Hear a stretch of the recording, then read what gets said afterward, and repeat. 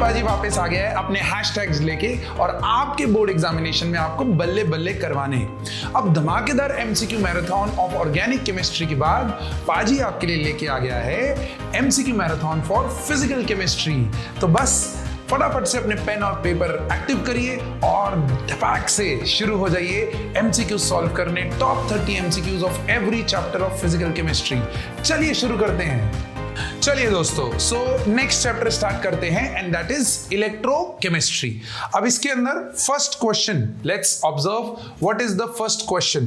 Pen, paper, notebook आपके सामने होनी चाहिए। प्लीज इसको नेटफ्लिक्स सीरीज की तरह नहीं देखना है। अब देखो यहां पर for 4 half reactions 1 to 4 are shown below. तो हाफ रिएक्शंस दिए हुए हैं और सारे के सारे रिडक्शन है, पहले वो देख लो। तो नहीं, ये रिडक्शन है, ये भी रिडक्शन है, ये ऑक्सीडेशन है और ये ऑक्सीडेशन है। देखो लॉस ऑफ इलेक्ट्रॉन है और ये गेन ऑफ इलेक्ट्रॉन है। अब ध्यान से समझना, which of these two reactions are most likely to occur when concentrated brine solution is electrolysed. अब समझने की कोशिश करना, कंसंट्रेटेड ब्राइन सॉल्यूशन। अब अगर मैं बात करूं तो ब्राइन सॉल्यूशन होता क्या है? सो ब्राइन सॉल्यूशन होता है NaCl इन वाटर। अब देखो ये आपके प्रीवियस ईयर बोर्ड क्वेश्चंस हैं, हाँ, उसमें भी उसने वर्ड यूज किया कंसंट्रेटेड ब्राइन सॉल्यूशन। कंसंट्रेटेड मतलब इसका कंसंट्रेशन ज्यादा होगा। अब सिस्टम के अंदर Na+Cl- है और H2O जो है वो H+OH- देगा। अब अगर आप लोग जानते हैं तो आपका एनायन जो है वो एनोड पे जाके मरता है ना, अपना इलेक्ट्रॉन का लॉस करेगा और डिस्चार्ज होगा, और जो केटायन होता है वो आपका कैथोड पे जाएगा और इलेक्ट्रॉन गेन करके रिड्यूस हो जाएगा। बट प्रॉब्लम अगेन वही है कि दो केटायन दो एनायन, तो जीतेगा कौन? दैट इज द खेल। अब खेल में आपको इतना समझना है कि कैथोड पे रिडक्शन होने वाला है, तो जिसका रिडक्शन पोटेंशियल हायर, तो इन दोनों में से रिडक्शन पोटेंशियल हाइड्रोजन का हायर है। अब बच्चा सर कैसे याद रखेंगे इतने सारे पोटेंशियल्स? अरे भाई ये तो रिएक्टिविटी सीरीज में से आ जाता है ना। काशीनाथ का मान लिया आलू जरा फीके से पकाता है, कौन है आ गया वो पहले? तो सोडियम ऊपर है, हाइड्रोजन नीचे है, ये लेस रिएक्टिव, ये मोर रिएक्टिव। जो लेस रिएक्टिव है उसका रिडक्शन पोटेंशियल ज्यादा होगा, बिकॉज SRP और रिडक्शन पोटेंशियल एक दूसरे के इनवर्सली प्रोपोर्शनल है। एकदम सिंपल, एकदम आसान। अब ये चीज जो है वो कैथोड पे पहुंचेगी। तो अगर आप देखो तो इनमें से कौन सा रिएक्शन है जो हाइड्रोजन रिलीज कर रहा है? तो ये रहा। सो 4 वाला रिएक्शन जो है वो होने वाला है। सो अब देखो ये खत्म, खाली B और D बचा। अब B और D में भी 1 और 2 में डिसाइड करना है। देखो 1 और 2, सो 1 और 2 में क्लोरीन भी है और OH- भी है ना। अगर आपने पाजी की क्या देखी है, वन शॉट वीडियो देखी है, तो उसमें पाजी ने आपको एनायन की एक सीरीज दी है और उस एनायन की सीरीज में आपको यह चीज बताया गया है कि एनोड पे ऑक्सीडेशन पोटेंशियल देखना है और क्लोरीन का जो ऑक्सीडेशन पोटेंशियल है वो OH से ज्यादा आता है उस सीरीज के अंदर। हेंसफोर्थ आपका क्लोरीन जो है वो Cl2 में कन्वर्ट होगा at anode. So 1 and 4 are the options जो यहां पर होंगे and this is what is the answer to this question। Question number 1 का ऑप्शन आ गया B, करेक्ट। चलिए next question, standard reduction potentials of the half reactions are given below. अब standard reduction potentials, देखो नाम ही बोल दिया, स्टैंडर्ड रिडक्शन पोटेंशियल्स दिए हुए हैं। Okay, the strongest oxidising and reducing agents respectively are. Okay, तो सबसे पहले आप SRP का वो पाजी का वन शॉट का याद रखो।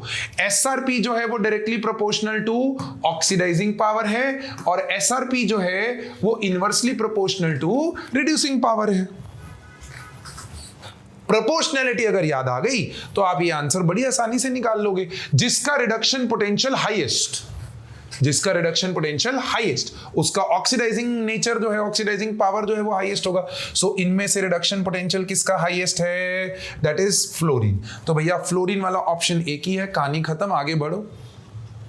2 होते तो हम फंसते ना, यहां पर तो एक ही है, तो फ्लोरीन और आयोडीन, और आएगा वो आप देखो लोएस्ट रिडक्शन पोटेंशियल इसी का ही है, तो उसका रिड्यूसिंग पावर हाईएस्ट होगा। सो हेंसफोर्थ कहानी खत्म हो गई है और एकदम आसानी से ये क्वेश्चन खत्म हो गया।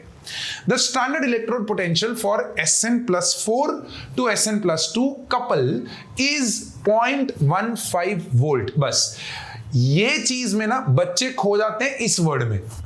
अरे नहीं भाई ये रेडॉक्स कपल की बात कर रहा है, ध्यान दो, है ना। तो +4 से +2, तो भैया यहां पर आपका 2 इलेक्ट्रॉन का गेन करके वो जा रहा है और वो रिडक्शन पोटेंशियल 0.15 वोल्ट है। Similarly for that Cr + T to Cr +3 to 0, तो रिडक्शन पोटेंशियल ही दिया हुआ है। These two couples in their standard state are connected to make a cell. The cell potential will be, अरे भाई standard state में आपको भी पता है E0 cell is equal to E0 cathode minus E0 anode. अब क्वेश्चन ये है, बच्चा पूछ रहा है सर कैथोड कौन होगा एनोड कौन होगा? अरे भाई standard reduction potential is directly proportional to cathode forming tendency, तो जिसका रिडक्शन पोटेंशियल ज्यादा वो कैथोड। तो आ गया 0.15 माइनस ऑफ माइनस, तो +0.74 ऐड करोगे तो आपका 0.89 वोल्ट आंसर आ जाएगा, और वो भी पॉजिटिव में। तो भैया ये आ गया आपका आंसर बी। ठीक है, देखो कितना प्यारा सा लल्लू सा क्वेश्चन था, लेकिन लेंथ बहुत बड़ा था, तो देखते पहले डर लगता है कि भाई ये सब क्या हो गया, है ना, और फिर खो गए हम एक वर्ड के अंदर। बस वो आपको ध्यान देना है कि खोना नहीं है और ध्यान देना है। अब देखो यहां पर electrode potential for magnesium electrode varies according to the equation. ठीक है, तो आपको एक इक्वेशन दी हुई है, that is EMg2+ going to Mg। This equation is slightly not visible, उसको यहां लिख देते हैं Mg2+ गोइंग टू Mg, ऐसा करके दिया है, equal to E0 of Mg2+ going to Mg, half cell है ना, -0.059 divided by 2 log of 1/Mg2+ का consideration. The graph of EMg2+ Mg versus E log of Mg2+, ठीक है। तो इसको पहले मैं क्या करूंगा, इसको पहले मैं ऊपर लेके जाऊंगा, so this will be reversed. तो मेरे पास E of Mg2+ going to Mg equal to E0 of Mg2+ going to Mg plus, देखो ये प्लस क्यों हो जाएगा, क्योंकि जब मैं log की वैल्यू में log ऑफ 1/x था, उसको मैं log x to the power -1 लिख सकता हूं ना, रिवर्स करूंगा तो वो -1 बाहर आएगा, तो वो माइनस और ये वाला माइनस प्लस हो जाएगा, और ये आ जाएगा 0.059 divided by 2 log of Mg2+, ऐसा आ गया। अब अगर आप देखो तो y is equal to m into x plus c, यही तो वो पूछ रहा है कि इसके वर्सेस इसके का जो ग्राफ है वो ग्राफ कैसा दिखेगा। अब बहुत ही आसान है, ध्यान से देखना, इसके वर्सेस इसके अगर मुझे ग्राफ देखना है तो E of Mg2+ going to Mg and आपका log ऑफ Mg2+ ऊपर आ गया, तो आपका स्लोप ये पॉइंट C से स्टार्ट होगा। सो पॉइंट C से स्टार्ट होगा, तो देखो y पे एक इंटरसेप्ट होगा, ये दिख रहा है, y पे एक इंटरसेप्ट होगा, दिख रहा है, y पे एक इंटरसेप्ट होगा, दिख रहा है। इसमें तो इंटरसेप्ट है ही नहीं, तो कहानी ये यहीं पे खत्म हो गई।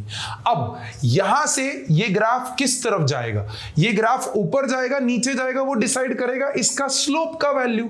अब अगर आप स्लोप की वैल्यू देखो तो वो तो पॉजिटिव है, तो यहां पर नेगेटिव स्लोप आ रहा है, तो ये ग्राफ एलिमिनेशन से निकल गया। देखो क्रिटिकल क्वेश्चन भैया, क्रिटिकल क्वेश्चन। अब यही है कॉम्पिटेंसी बेस्ड क्वेश्चंस में, ऐसे ही वो आपसे थॉट नर्न्स इक्वेशन का क्वेश्चन, लेकिन देखो कितना अतरंगी बना दिया, इसको ध्यान से समझना है। तो पॉजिटिव स्लोप मतलब एक ये हो सकता है, एक ये हो सकता है, और क्या ये स्ट्रेट लाइन इक्वेशन फॉलो कर रहा है? यस, ये स्ट्रेट लाइन इक्वेशन फॉलो कर रहा है, एंड लॉग जो है वो एक्सिस पे है, तो मतलब नेचर ऑफ द ग्राफ जो है वो लॉगरिदमिक नहीं होना चाहिए। हाँ, अगर ये दिस वर्सेस लॉग हटा दिया होता तो ये ग्राफ आता, क्योंकि लॉगरिदमिक ग्राफ हो जाता, लेकिन यहां पर ये एक स्ट्रेट लाइन फॉलो करेगा। So this is your option number 2। This is how your questions will move in your competency based section. एक या दो एमसीक्यूज इस लेवल के बन जाते हैं और वहीं पे पेपर डिफिकल्ट लगना शुरू हो जाता है। बट डोंट यू वरी, पाजी हैज गॉट यू क्वेश्चंस। आराम से एकदम से बढ़िया से इस पार्ट को नोट डाउन कर लेना, वीडियो को पॉज करके। चलिए, असर्शन दिया है और रीजन दिया है। असर्शन में उसने डिस्कस किया है that EMF of the cell is the potential difference between electrode potentials of cathode and anode when no current is drawn through the cell. अब यार ये तो ना आप फिजिक्स में भी कर लेते हो कि EMF होता क्या है. सो भैया EMF जो है that is potential difference when no current is flowing in the circuit. तो ये तो बिल्कुल ट्रू स्टेटमेंट है. ओके फिर आते हैं रीजन पे. Anode is kept on the right side and cathode is on the left side while representing the galvanic cell. No no no बच्चे, आज की कक्षा के बच्चों को ये याद है कि एजुकेशन के लिए लेना पड़ता है लोन, और लोन होता है left side oxidation happens on anode. Anode is negative in a galvanic cell. भाई ये शॉर्ट फॉर्म बढ़िया से नोट डाउन करके रख लो, बहुत इंपॉर्टेंट है. लोन. ओके सो एनोड हमेशा लेफ्ट साइड रिप्रेजेंट करते हैं. यहां पर राइट लिखा है, ये स्टेटमेंट फॉल्स हो गया. आपका assertion is correct but reason is incorrect. Option number C. Okay बहुत सारे बच्चों को मैंने देखा है while checking बहुत सारे ऐसे books in my offline classes, मैंने ये नोटिस किया है कि आंसर सही निकाल लेते हैं और ऑप्शन को गलत टिक करके आते हैं. भाई जब आंसर सही निकाल लिया है तो सांस लो, ऑप्शंस को रीड करो कि कहीं ऑप्शन शफल्ड तो नहीं है. असर्शन रीजन में खास करके ऐसा होता है, आप वो क्या स्टैंडर्ड याद कर लेते हो कि option A is always assertion reason correct, reason is the correct explanation. Option B is assertion reason correct but reason is not. और आंसर निकाल लिया फिर सीधा बी लिख के आ गए, बट उसने एक्चुअली में ये ऑप्शन डी में रखा होता है, तो वहां फंस जाओगे. उस चीज का ध्यान रखना, please make sure of that. चलिए नेक्स्ट. आहा ये बहुत प्यारा क्वेश्चन है, बहुत क्रेजी क्वेश्चन है. देखो, if E naught cell for a given reaction has negative value. Okay has negative value, तो ई नॉट की वैल्यू नेगेटिव है. Which of the following gives the correct relationship for the values of delta G and equilibrium constant? तो पहले तो एकदम से आंखें बंद करके इस क्वेश्चन को पढ़ते ही आंखें बंद करके पहले आप डेल्टा जी का इक्वेशन याद करो in terms of E naught. तो वो आ जाएगा -NF E naught cell. Correct है. अब जैसे ही उसने ये निकाल लिया तो ये नेगेटिव है ना बच्चा, नेगेटिव और नेगेटिव मिलके ये क्या हो जाएगा, पॉजिटिव हो जाएगा. डेल्टा जी का वैल्यू ग्रेटर देन 0. तो देखो आप ऑप्शंस में देखो, ये कहानी खत्म, ये कहानी खत्म, आपका बचा ही सिर्फ ये और ये. करेक्ट. सो ऑप्शन ए और बी में अब हमें इक्विलिब्रियम कांस्टेंट के बारे में जानना है. तो चलो इक्विलिब्रियम कांस्टेंट की इक्वेशन को याद करो. क्या था, डेल्टा जी ई नॉट के टर्म्स में लिख लो. E naught cell is equal to 0.059 by n log of K equilibrium constant. And इस ई नॉट सेल को मैं डेल्टा जी के टर्म्स में लिख सकता हूं, बट लिखने की जरूरत नहीं है ना, हमको इसका ही वैल्यू तो दिया हुआ है कि ये नेगेटिव है. अब अगर ये नेगेटिव है तो सोचना, दिमाग लगाना, अगर ये नेगेटिव है तो negative into n divided by 0.05 is equal to log of K. तो ये पूरी वैल्यू नेगेटिव आएगी ना. अब इस नेगेटिव का जब आप एंटी लॉग लोगे, इस नेगेटिव का मान लो कि ये वैल्यू आपकी -2 आई, मान लेते हैं अभी के लिए -2 आएगी. उसका जब आप एंटी लॉग लोगे तो k is anti log of -2 which is value 10 to the power -2. Negative में जाता है ना रेस टू पावर, तो 1/100 हो जाएगा. 1/100 मतलब 0.001. मतलब जब ये नेगेटिव है, अब ये स्टैंडर्ड रूल बना सकते हो कि ई नॉट सेल जब नेगेटिव है तब डेल्टा जी पॉजिटिव होगा और इक्विलिब्रियम कांस्टेंट लेस देन 1 होगा. देखो फैक्ट बेस्ड क्वेश्चन, लेकिन कितना प्यारा, कितना इंटरेस्टिंग लेवल पे आपके सीबीएसई ने अपना स्टैंडर्ड रेज किया. और ऐसा ही एंटिसिपेटेड है सीबीएसई से आने वाले एग्जाम्स में, ऐसा ही एंटिसिपेटेड है कि वो आपके कंपिटेंसी बेस्ड क्वेश्चंस के अंदर ऐसे चीजों को हल्के से चेक करेगा कि हाँ बच्चे को ये फॉर्मूला आता है कि नहीं आता है, बच्चे को डेल्टा जी और ई नॉट सेल के बीच में रिलेशन पता है कि नहीं पता है. वो आपको ध्यान देना है और अच्छे से लिख लेना है. अब मैं यहां पर आपको वो रिलेशन दे देता हूं कि अगर आपका ई नॉट सेल क्या हो जाए, नेगेटिव हो जाए, तो delta G is greater than 0 and equilibrium constant is less than 1. अच्छा उल्टा कर लो, ई नॉट सेल अगर पॉजिटिव है तो delta G less than 0 and equilibrium constant greater than 1. कहानी खत्म एंड आसान हो जाएगा. चलो नेक्स्ट. अगेन 7th क्वेश्चन में आप देखो, electrolysis of NaCl solution gives chlorine at anode instead of O2। बिल्कुल सही बात है, बिल्कुल सही बात है। मैंने अभी अभी बताया था कि Cl माइनस और OH माइनस में से कौन जीतेगा? Cl माइनस जीतेगा। अब एक्चुअली में oxidation potential of Cl minus OH minus से ज्यादा नहीं है। एक्चुअली में जीतना OH माइनस को ही चाहिए था, इसका ऑक्सीडेशन पोटेंशियल ज्यादा है, तो एनोड पे पहुंचेगा तो यही जल्दी। लेकिन ना, ये OH माइनस का एक प्रॉब्लम है, ये एक मॉलिक्यूलर फॉर्म में है, तो जब ये एनोड पे पहुंचता है ना, तो ये O और H के बीच का बॉन्ड तोड़ने के लिए हमें कुछ एक्स्ट्रा वोल्टेज की जरूरत पड़ती है, और उस वोल्टेज को मेरे प्यारे दोस्त ओवर वोल्टेज करके एक टर्मिनोलॉजी दी गई है आपकी एनसीईआरटी के अंदर। तो इस टॉपिक को अच्छे से और बढ़िया से कर लो, क्योंकि ये एक साल में असर्शन रीजन में पूछा गया है। So electrolysis of NaCl solution gives chlorine at anode instead of O2। बिल्कुल सही है, बिल्कुल ट्रू स्टेटमेंट है, कोई दिक्कत नहीं है। Formation of oxygen at anode requires over voltage, बिल्कुल ट्रू स्टेटमेंट है।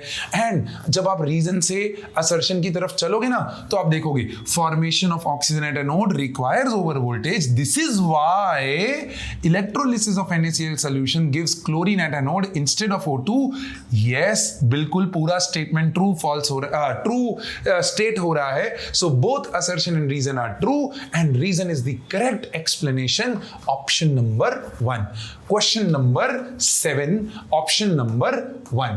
प्लीज इस चीज को बढ़िया से अच्छे से नोट डाउन कर लो, बहुत इंपॉर्टेंट क्वेश्चन है ये आपके फाइनल एग्जाम के लिए। डन? चल next, the quantity of charge required to obtain 1 mole of aluminium from Al2O3।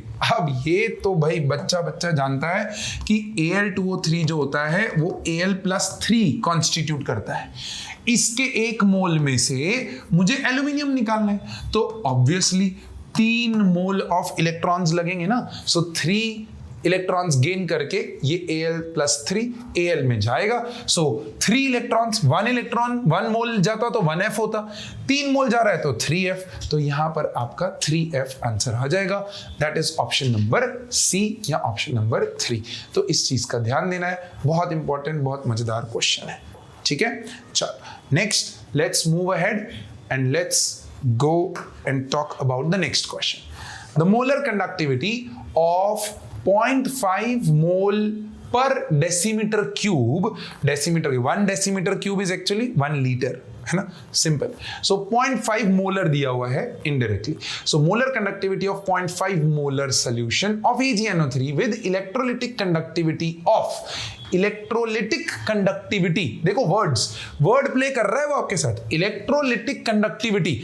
अब अगर ये समझ में नहीं आ रहा है तो टेंशन काहे ले रहे हो भाई, पाजी ने आपको बोला है यूनिट्स बहुत इंपॉर्टेंट है, सीमेंस पर सेंटीमीटर, है ना, सीमेंस पर centimetre is the unit of conductivity के, कापा, है ना, तो ये एक्चुअली कापा की वैल्यू दी हुई है। अब पूछा क्या है, मोलर कंडक्टिविटी ढूंढना है, तो बच्चा जानता है lambda m is equals to k into 1000 by m, कहानी खत्म। आपको बस वैल्यू डालनी है 5.76 into 10 to the power -3 divided by 0.5, है ना, मोलर डाल दे, हो गया। ये पॉइंट ऊपर गया, 10 इधर आ जाएगा, यहां से 100 नीचे जाएगा, सॉल्व कर लेंगे, आसान है। ये 10 ऊपर जाएगा तो -4 में जाएगा ये वैल्यू, ये आएगा 576 डिवाइडेड बाय 5, है ना। इसको डिवाइड करेंगे और 10 टू द पावर -4 के टर्म्स में जब आप डालेंगे तो आपका आंसर यहां पर आपको आता हुआ दिखेगा। प्लीज मेक श्योर कि आप ये क्वेश्चन को सॉल्व करें एंड कमेंट बॉक्स में यहां पर ऑप्शन को डालें with the time stamp of question number 9, so that I am able to guide you कि आपने सही कैलकुलेट किया है या नहीं किया है। फेयर? डन? चलिए let's go ahead. Next question, again Kohlrausch law, question number 10।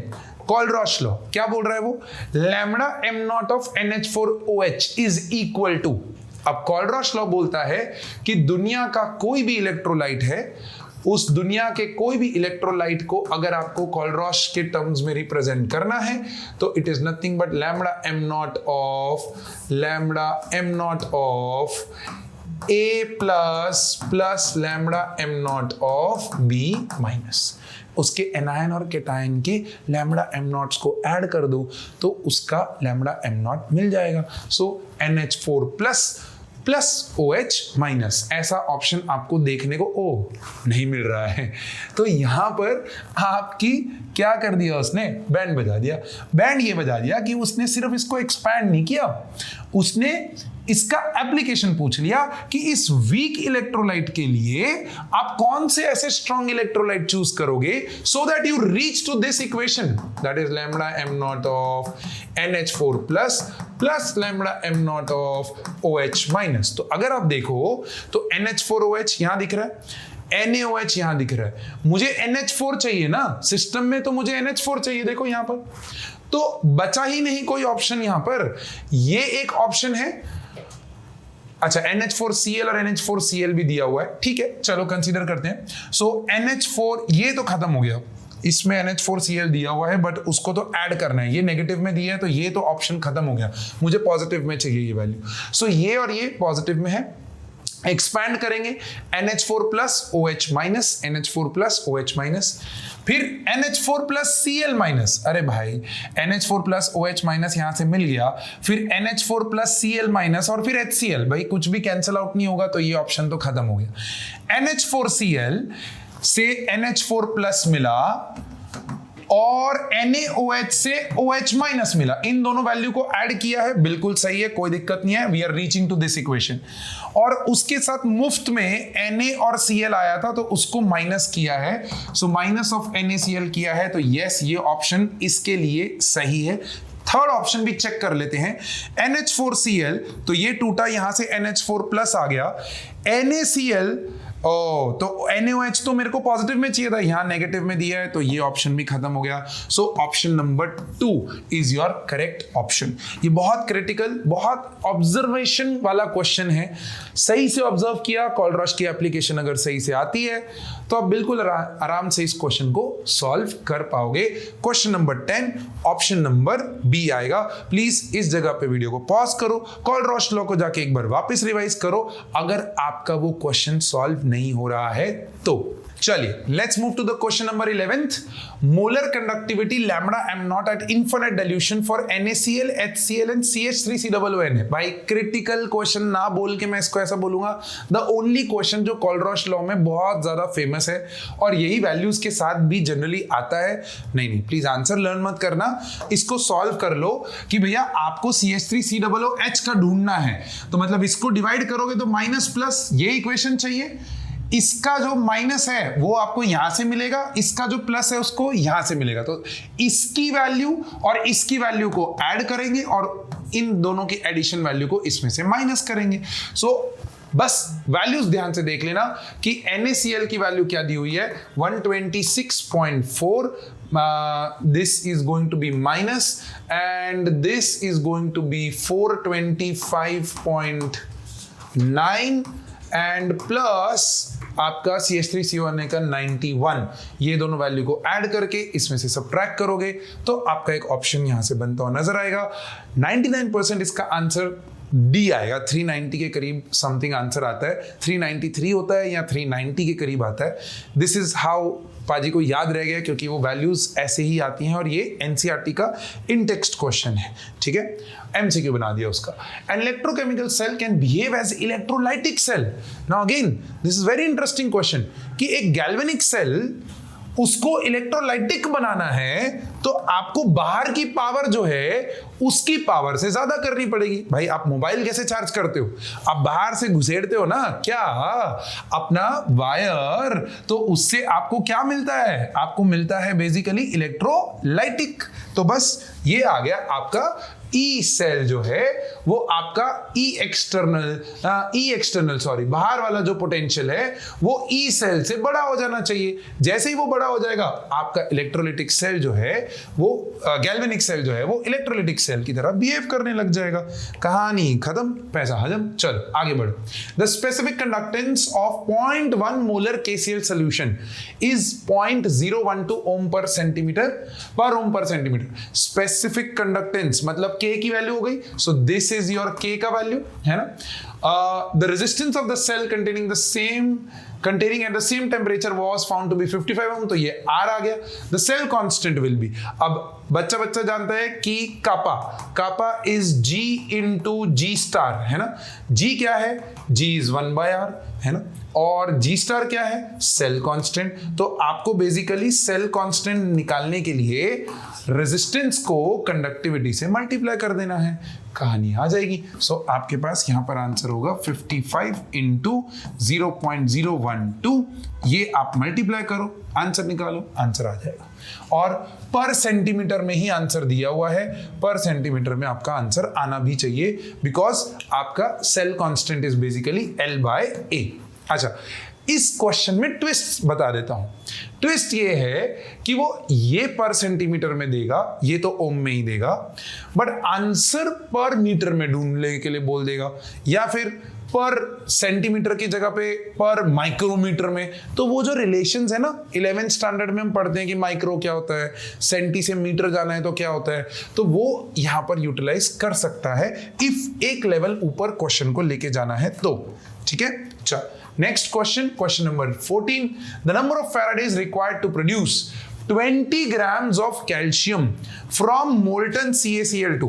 अब molten CaCl2 मतलब equation Ca plus 2 electrons goes to Ca. अब अगर आप देखो तो 40 ग्राम्स बनाने के लिए आपको 2 मोल इलेक्ट्रॉन की जरूरत पड़ रही है, तो 20 ग्राम्स बनाने के लिए आपको कितने मोल की जरूरत पड़ेगी? 1 मोल. अब अगर ये 1 मोल की जरूरत पड़ेगी तो number of faradays required will be 1F. हो गया, आंसर आ गया, राइट. सो आधा कर दिया ना, ग्राम्स आधा कर दिया इक्वेशन में, सो 1F. चलिए नेक्स्ट क्वेश्चन देखते हैं. बहुत ही प्यारा question. The weight of silver atomic weight 108 displaced by quantity of electricity which displaces 5600 ml of O2. अब क्वेश्चन लैंग्वेज वाइज थोड़ा कॉम्प्लिकेट कर दिया है. वो ये बोल रहा है कि जितनी इलेक्ट्रिसिटी यूज होती है 5600 ml O2 को क्या करने के लिए, डिस्प्लेस करने के लिए, उतनी ही इलेक्ट्रिसिटी यूज होती है सिल्वर को डिस्प्लेस करने के लिए from its salt. So Ag++ electron लेके Ag में जाता है, यस. और अगर आप यहां पर देखोगे तो O2 जो है वो भी क्या करेगा, वो ऑक्सीडाइज होगा कि रिड्यूस होगा, तो रिड्यूस होगा. ये चीज जाएगी इनटू 2O2-, राइट. 2 ऑक्सीजन निकलेंगे 2- वाले, और जब ये निकलेंगे तो बेसिकली ये कैसे निकलेंगे, यहां पर 2 इलेक्ट्रॉन गेन करके जाएगा. सो यहां पर n की वैल्यू क्या हो गई? 2. यहां पर n की वैल्यू क्या हो गई? 1. अब क्योंकि इतना ही इलेक्ट्रिसिटी यूज होता है Ag को डिस्प्लेस करने के लिए, तो यहां पर ये फैराडे का सेकंड लॉ जो है वो यूज कर रहा है, जो ये बोलता है कि weight of 1 by equivalent weight of 1 is equal to weight of 2 by equivalent weight of 2. Okay, अब इक्विवेलेंट वेट क्या होता है वो मैं यहां लिख देता हूं. इक्विवेलेंट वेट होता है molar mass of that compound और that molecule divided by its X factor. X factor होता है कि कितने नंबर ऑफ इलेक्ट्रॉन्स वो कंज्यूम करके अपने स्पीशीज में कन्वर्ट होता है, राइट. सो अपने यहां पर हो क्या रहा है, यहां पर हो रहा है displaces 5600 ml of O2 at STP. So what you have to understand over here is कि आपको सिल्वर का मास ढूंढना है. सो W1 को W1 रहने दोगे, molar mass of silver bye its X factor, तो वो तो 1 है. सो यहां पर बेसिकली 108 आ जाएगा, इक्वल टू W2. देखो W2 कहां से ढूंढूं भाई, यहां पर उसने ml दिया हुआ है, तो इस ml को आप क्या कर सकते हो, मोल्स का फॉर्मूला यूज कर लो. 5.6 लीटर डिवाइडेड बाय 22.4 कर दो, तो ये मोल्स आ गया. अब मोल्स गिवन मास बाय क्या होता है, मोलर मास. मोलर मास यहां मल्टीप्लाई कर दो, तो मोलर मास यहां मल्टीप्लाई कर दोगे तो मास ऑफ O2 आपको दिख जाएगा. 32 से मल्टीप्लाई किया. अब ये पूरा आपका मास ऑफ O2 है, उसको उसको यहां रखेंगे हम, यहां, right. So 5.6 divided by 22.4 into 32 divided by molar mass of O2 that is 32 and into 2, क्योंकि n की वैल्यू यहां पर 2 है। अब 32 से 32 कैंसिल हो जाएगा और ये W1 निकालने के लिए आपको एक इक्वेशन सॉल्व करनी पड़ेगी, दैट इज 22.4 इंटू 2 इंटू 108। ये इक्वेशन जब आप सॉल्व करोगे तो आपको मास ऑफ सिल्वर डिस्प्लेस जो है वो मिल जाएगा and that is what you need to find out. तो यहां पर आपको आंसर निकालना है और कमेंट बॉक्स में डाल देना है कि इसका क्या आंसर आ रहा है। बहुत ही क्रिटिकल क्वेश्चन है, बोर्ड में इस लेवल के क्वेश्चन एक्सपेक्टेड नहीं है, बट पाजी आपके लिए एक लेवल आगे के क्वेश्चंस लेके आया ताकि आप लोग ये सोच सको कि किस तरीके से फैराडे का सेकंड लॉ का एप्लीकेशन किया जा रहा है। चल नेक्स्ट क्वेश्चन आगे बढ़ते हैं। For measuring resistance of an ionic solution an AC source is used. अब ये बहुत प्यारा गिव रीजन क्वेश्चन भी है कि why AC source is used for measuring the conductivity of the ionic solution. तो ये चीज आपको ध्यान देनी है कि जब आप एक आयनिक सॉल्यूशन का क्या मेजर कर रहे हो, कंडक्टिविटी मेजर कर रहे हो, तो उसके अंदर आपका आयंस जो हैं वो जिंदा रहने चाहिए। अगर आपने डीसी सोर्स यूज कर लिया तो कैटायन जो है वो कैथोड पे जाके मर जाएगा और एनायन जो है वो एनोड पे जाके मर जाएगा। सो दिस विल चेंज, ध्यान से सुनना, DC source will change the concentration of solution जिसका आप मेजरमेंट कर रहे हो। ये बहुत इंपॉर्टेंट गिव रीजन क्वेश्चन है। Why AC source is used so that the concentration of the solution is not changed while measuring the conductivity. बहुत बहुत बहुत इंपॉर्टेंट। इसके ऊपर पाजी हैशटैग भी डालेगा और बोर्ड के लिए मार्क करवाएगा कि ये असर्शन रीजन या फिर गिव रीजन में क्वेश्चन आ सकता है क्वेश्चन नंबर 16 को अगर हम कंसीडर करें तो। So yes, AC source use होता है, बिल्कुल ट्रू स्टेटमेंट है। Concentration of ionic solution will change if DC source is used, yes, and this is the reason we are measuring it under AC source. So assertion भी सही है, reason भी सही है and reason is the correct explanation to assertion. Option number 1 आ जाएगा question number 16 में। Please ये अच्छे से नोट डाउन करिए। बहुत सारे बच्चे इस वीडियो को सिर्फ नेटफ्लिक्स सीरीज की तरह, Amazon प्राइम की सीरीज की तरह देख रहे हैं बट नोट डाउन नहीं कर रहे। कॉन्सेप्ट नोट डाउन करो, करेक्ट है। चल आगे बढ़ते। While charging the lead storage battery. अब देखो यहां पर आपको समझना है, ये बैटरीज वाले सेक्शन में बड़ा टिपिकल सा क्वेश्चन है जो पूछा जाता है, बहुत ही टिपिकल सा क्वेश्चन है। सो व्हाइल चार्जिंग आपको ये समझना है कि डिस्चार्जिंग में पहले तो क्या होता है ना। तो डिस्चार्जिंग के वक्त आपको ये ध्यान देना है कि डिस्चार्जिंग के वक्त आपके एनोड और कैथोड पे क्या हो रहा है in the lead storage battery. तो पहले तो ये पता करो कि एनोड कौन होता है और कैथोड कौन होता है इन लेड स्टोरेज बैटरी। सो एनोड होता है लेड, ये चीज ऑक्सीडाइज होती है इनटू लेड सल्फेट। देखो 0 से +2 गया, करेक्ट है। और यहां पर ये +4 में है, ये +4 में है, ये भी लेड सल्फेट में ही कन्वर्ट होगा। डिस्चार्जिंग की बात कर रहा हूं तो +4 से +2 जाएगा, लेड ऑक्साइड जाएगा PbSO4 में, लेड जाएगा PbSO4 में। ये ऑक्सीडेशन, ये रिडक्शन। अब क्वेश्चन है कि व्हाइल चार्जिंग क्या होगा। तो देखो जब हम चार्ज करेंगे तो बाहर से हम एक्सटर्नल वोल्टेज देंगे इसको चार्ज करने के लिए, तो उस मोमेंट में आपका ये जो कैथोड है सब रिएक्शन रिवर्स होंगे। तो जब रिवर्स होंगे तो देखो ये +2 से +4, अब ऑक्सीडेशन होना शुरू हो जाएगा ये वाले पार्ट पे। तो ये मेरे प्यारे दोस्त एनोड की तरह एक्ट करना शुरू कर देगा व्हाइल चार्जिंग। ये बहुत इंपॉर्टेंट इक्वेशन। तो lead sulphate will be converted to lead oxide while charging at anode, that is 1। And ये जो चीज है ये मेरे प्यारे दोस्त कैथोड की तरह एक्ट करने लग जाएगा। वो देखो ना, +2 से 0 जा रहा है तो रिडक्शन कर रहा है ना, तो रिडक्शन जो है वो बेसिकली क्या है, रिडक्शन जो है वो कैथोड है। सो इस चीज का आपको ध्यान देना है कि lead sulphate will be converted to lead in case of charging. ये इंपॉर्टेंट पॉइंट है, अगर आप लर्न कर सको नथिंग लाइक इट, लेकिन मैंने आपको लॉजिकल एक्सप्लेनेशन दे दिया ताकि आपके दिमाग में ये चीज बैठ जाए। एंड यहां पर आपको क्या पूछा है, lead sulphate at anode, lead sulphate at anode बिल्कुल सही है, एनोड पे लेड सल्फेट होगा, इज रिड्यूस्ड टू पीबी। अरे भाई एनोड पे तो ऑक्सीडेशन होता है ना, तो ये तो कहानी खत्म हो गई। Lead sulphate at cathode is reduced to lead, अब lead sulphate at cathode is reduced to lead, तो भैया रिडक्शन होता है कैथोड के ऊपर व्हाइल चार्जिंग। एंड यस, ये बिल्कुल सही है, lead sulphate at cathode is reduced to lead, that's one option. Lead sulphate at cathode is oxidised, ये तो कहानी खत्म हो गई। Lead sulphate at anode is oxidised to PbO2, so lead sulphate is oxidised to PbO2। हाँ, तो यहां पर PbO2 की तरफ ऑक्सीडाइज होगा, तो इस पूरे क्वेश्चन के मल्टीपल ऑप्शंस आ गए हैं। हाँ, बोर्ड के अंदर ये बोर्ड का क्वेश्चन नहीं होगा, ये एनसीईआरटी एग्जाम्पलर में से क्वेश्चन निकाला होगा पाजी ने, ये मल्टीपल करेक्ट ऑप्शन आ गए हैं, लेकिन इसके अंदर कोई एक ऑप्शन वो लैंग्वेज में ट्विस्ट करेगा ताकि सिंगल करेक्ट ऑप्शन आ जाए। तो आपको ये ध्यान रखना है, बहुत बहुत इंपॉर्टेंट है, इसके 2 ऑप्शन राइट आएंगे।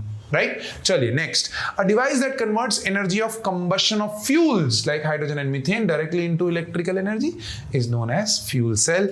Nothing to be worried about this question. Let's move on to the next question. That's your question number 19, right? So Ag plus goes to Ag, Fe plus 2 electron goes to Fe. वो बोल रहा है इसका E naught cell. अब जब भी E naught cell निकालना है तो पहले ये डिसाइड करना है कैथोड कौन एनोड कौन।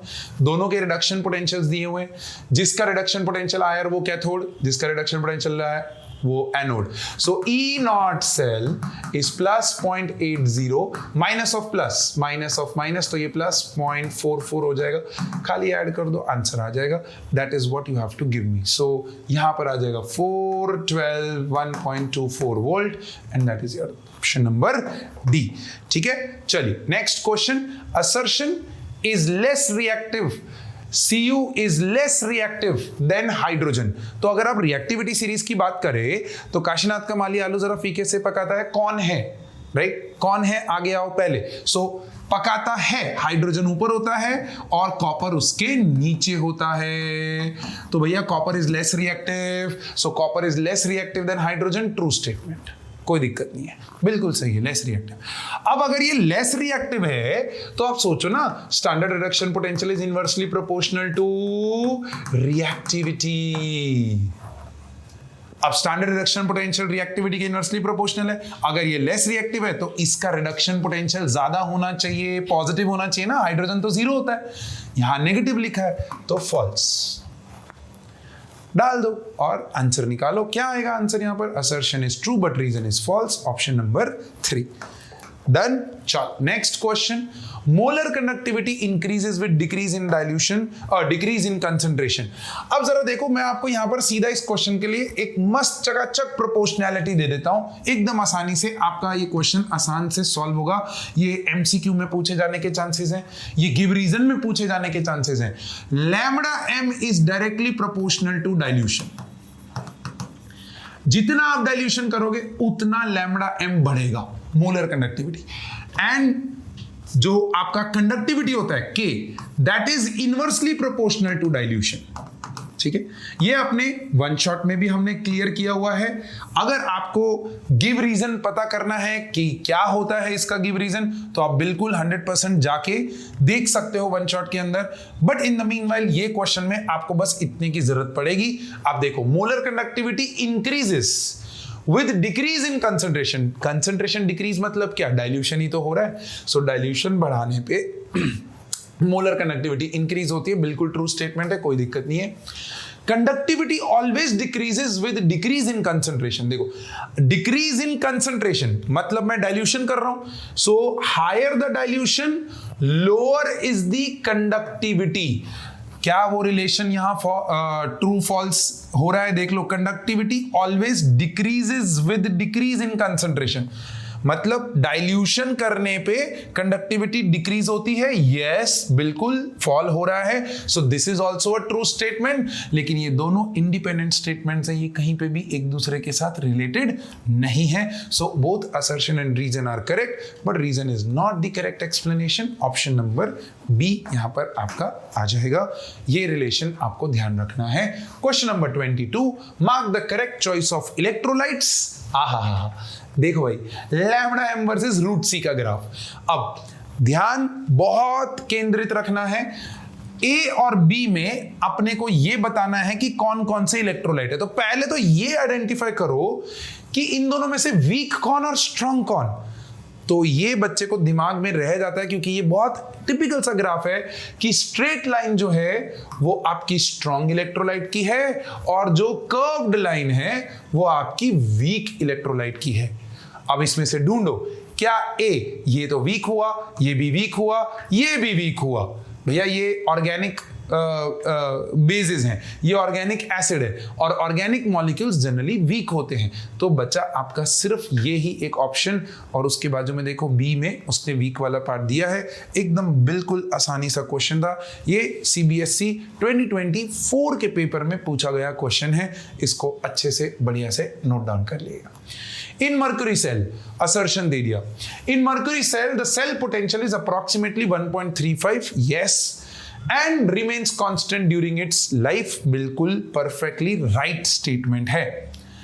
The overall reaction in the mercury cell is represented by this, बिल्कुल perfectly right है, and you won't believe this is the reason why this is 1.35। Constant क्यों रहता है? बिकॉज यहां पर आयंस इन्वॉल्व नहीं है, सो कंसंट्रेशन जो है वो चेंज इतना ड्रास्टिकली नहीं होता है।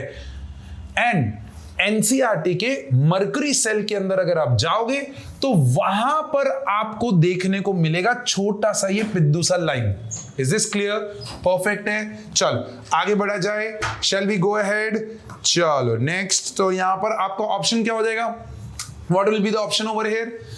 क्या ऑप्शन आएगा? This is true, and this is the correct reason to this. So आपका both assertion and reason are correct, and they are the correct explanation also. So this is your right option. Question number 24, the unit of molar conductivity. Molar conductivity का unit पूछ लिया, सीधा सीधा। अब ये बच्चे को याद हो जाना चाहिए, सीमेंस पर सेंटीमीटर स्क्वायर पर मोल, ऐसा होता है ना। सो सीमेन पर सेंटीमीटर स्क्वायर पर मोल, इज इट पर सेंटीमीटर स्क्वायर और इज इट सेंटीमीटर स्क्वायर? वहां कंफ्यूजन है, वो ध्यान रखना। और दोनों दिए हुए हैं, देखो। सो सीमेंस पर सेंटीमीटर स्क्वायर नहीं है, सीमेंस सेंटीमीटर स्क्वायर पर मोल है। ये चीज का ध्यान रखना। देखो एक माइनस के साइन पे आपने अपना एक मार्क लूज कर दिया और सीधा यूनिट का क्वेश्चन था। Such a easy peasy question. 25th question, at 25 degrees Celsius the molar conductance of 0.1 molar aqueous solution of ammonium hydroxide is, molar conductance मतलब लैम्डा m की value they the 9.54 and infinite dilution पे molar conductance क्या होगा? तो मतलब lambda m not की value they the, that is 238। अरे भाई इन दोनों का रेशो लेते हो तो आपको अल्फा मिल जाता है ना, डिग्री ऑफ आयनाइजेशन या डिग्री ऑफ डिसोसिएशन। तो बस रेशो निकालो, आंसर निकालो और परसेंटेज में रखना है। तो ये फ्रैक्शन में आया, इसको मल्टीप्लाई बाय क्या कर दोगे? 100 कर दोगे तो ऑप्शन सेट हो जाएगा। क्लियर? एकदम आसान। 25th क्वेश्चन जो है वो यहां पर सेट हो चुका है। प्लीज इस चीज का ध्यान रखिएगा। परफेक्ट। आपको ऑप्शन निकालना है और ऑप्शन निकाल के कमेंट बॉक्स में डालना है। चलिए आगे बढ़े। Zinc can be coated on iron to produce galvanised iron, but the reverse is not possible. Okay, so zinc को हम कोट करते हैं आयरन पे, बिल्कुल, क्योंकि zinc is more reactive than iron. तो गैल्वेनाइज किया तो जिंक ऑक्सीडाइज हो जाएगा कंपेयर टू आयरन, तो आयरन रस्टिंग से बचेगा। ठीक है, that's the prevention method of corrosion. अब जिंक ज्यादा रिएक्टिव है, आयरन लेस रिएक्टिव है। पूछा क्या है कि ऐसा क्यों, रिवर्स क्यों नहीं हो सकता? इट इज बिकॉज कि zinc is lighter than iron. No. Zinc has lower melting point than iron? बिल्कुल भी नहीं। रिएक्टिविटी की बात हो रही है तो zinc has lower negative electrode potential, no, it has higher negative electrode potential, higher negative. Zinc का value -0.76, that's why it is more reactive, and iron का -0.44, that is why it is less reactive compared to zinc. So zinc has higher negative electrode potential than iron. Option number D इस question में आएगा. Question number 26, please इसको note down करें. 27th, I think I should not be solving this question for you guys, but it's very, very simple. Left side oxidation happens on anode. Anode is negative in a galvanic cell. Loan याद रखना है. अब इनमें oxidation किसका हो रहा है? Zinc का हो रहा है. तो लेफ्ट साइड पे जिंक दिखना चाहिए. तो लेफ्ट साइड पे जिंक सिर्फ इधर ही दिख रहा है. कहानी खत्म. पैसा हजम, आगे बढ़ो. ठीक, लोन सिंपल. आगे 28th question. Delta G N E naught cell for a spontaneous reaction. अभी थोड़ी देर पहले किया था कि डेल्टा जी की वैल्यू जब लेस देन 0 है तो सिस्टम स्पॉन्टेनियस है, और ये is equal to -NF E naught cell. अब आप सोचो, ये अगर नेगेटिव हो गया तो डेल्टा जी तो पॉजिटिव हो जाएगा, तो इसको पॉजिटिव होना बनता है ना. सो ध्यान देना, डेल्टा जी नेगेटिव होना चाहिए, मतलब ये और ये ऑप्शन हुआ, और ई नॉट सेल पॉजिटिव होना चाहिए तो ये वाला ऑप्शन हुआ. So option number C is your correct answer. Done. 29th. For the reduction of silver ions with copper metal, the standard cell potential was found to be this. The value of standard gives free energy. Very, very simple. यहां पर आपको delta G naught equals to -NF E naught cell use करना है. ई naught cell आपको दिया है 0.46, F की value 96500 and N की वैल्यू क्या होगी? तो कॉपर भैया 2 इलेक्ट्रॉन एक्सचेंज करता है और सिल्वर 1, तो N की वैल्यू टोटल 2 इंटू 96500 इंटू 0.46. ये आप मल्टीप्लाई करोगे, आंसर निकालना. बस ध्यान यहां पर ये रखना कि ये जो आंसर आएगा वो जूल में आएगा भैया, ये जूल में आएगा, और मुझे दिख रहा है कि ये जूल में वैल्यू काफी बड़ी आएगी, किलो जूल में छोटी आएगी. तो ये देखो, ये जूल हटा दिया, kilo joule kilo joule kilo joule. तो अब मल्टीप्लाई कर लो, ऑड वन आउट. अगर मैं यहां पर गैस वर्क भी मारूं तो ये दोनों में जब उसने यूनिट्स में खेला है तो मोस्टली ये आंसर होना चाहिए. फिर भी आप मल्टीप्लाई करके आंसर निकाल के कमेंट बॉक्स में डाल देना, पाजी आपके साथ इंटरेक्ट कर लेगा वहां पर, है ना. लास्ट क्वेश्चन पे आ गए हम लोग. चलो देखो, current stops flowing when E cell equals to 0. हाँ, सो ई सेल 0 होता है, सिस्टम इक्विलिब्रियम पे पहुंच जाता है, इक्विलिब्रियम पे पहुंच जाता है, इसीलिए current stops flowing. So current stops flowing when E cell is equals to 0. Yes, equilibrium of the cell reaction is attained. बिल्कुल ट्रू, ट्रू है, ये भी ट्रू है. इक्विलिब्रियम अटेन होता है इसीलिए करंट स्टॉप फ्लो हो जाता है. So yes, assertion reason are right and reason is the correct explanation to assertion. So my dear friend, this is how we finish chapter number 2 के all the top 30 MCQs. अब इन MCQs को अगर आपने सही तरीके से अप्रोच किया और सही तरीके से सॉल्व किया तो आई एम श्योर आपके बोर्ड एग्जामिनेशंस में बहुत अच्छे और बढ़िया मार्क्स आएंगे. So we'll meet up in the next lecture with new set of questions for the next chapter. Till then, please take care of yourself and do share this video with someone who really needs it. Don't be selfish over here. अपने दोस्तों को help करो. मिलते हैं अगली कक्षा में. Bye bye.